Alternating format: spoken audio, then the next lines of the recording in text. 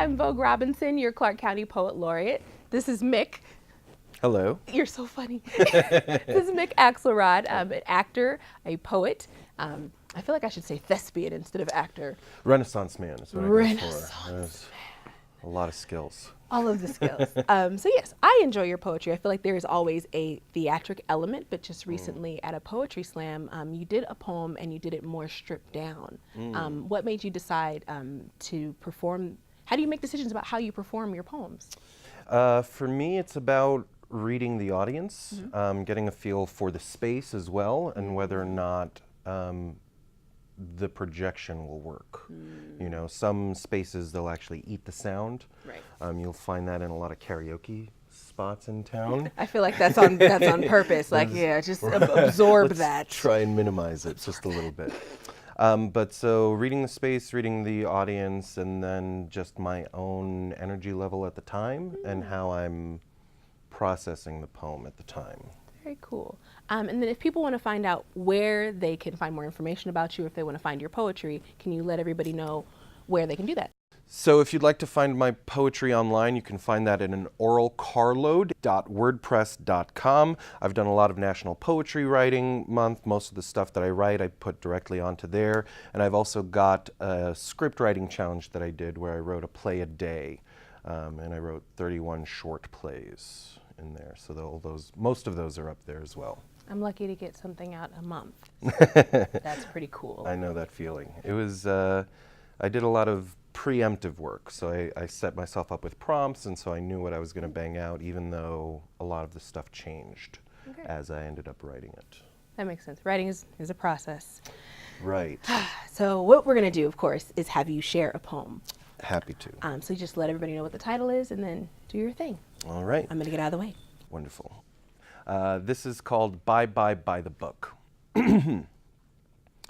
The anonymous, coverless book in his hand is tattered, as battered as if it had been kicked across America and picked up some new languages along the way.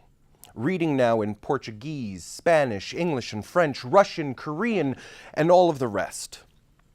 She is given just a glance and notices after the dance of the subway car those shifts and dips getting twisted for the turnings, the tattoo on his left wrist as it peeked from beneath his long sleeve briefly. She feels the yearning to see it clearly, nearly as if it were so intricate that she could spend her lifetime studying it and never see it wholly. Intimately, she recognizes the relic around his neck is holy. She recognizes the relic around his neck is holy. Its eye, unblinking, it watches over his fortune, persistent, guarding against slipped words which might bring him undue attention, and she prays it will not push her away. She wants to worship at his altar. She wants to flitter, not falter. She wants for wishes to make her ambitious. She wants the wafers and all of the wine. She knows not the time she has before he gets off the line. See, her ride was like life, lingering and lengthy, and her heartbeat had kept quick as commuters abandoned the car, and in the shuffle, he sat across the way. Couldn't be but inches. Wouldn't be but wrapped twisted in earphones. Wouldn't take off his pair of girl's glasses, those big lenses blackened. She bit him brightly beneath barely a breath that played in her head. Wed to the notion, the novel, the palace, draped in refinements both bold and placid as pallid pumpkin turned to chariot, drawn by coarser mice that will reform to norm when bells toll 4 times thrice. These fantasies are like flatulence. They're flat in full hot air. Looking up from her flight of fancy, she saw he wasn't there. He'd gone.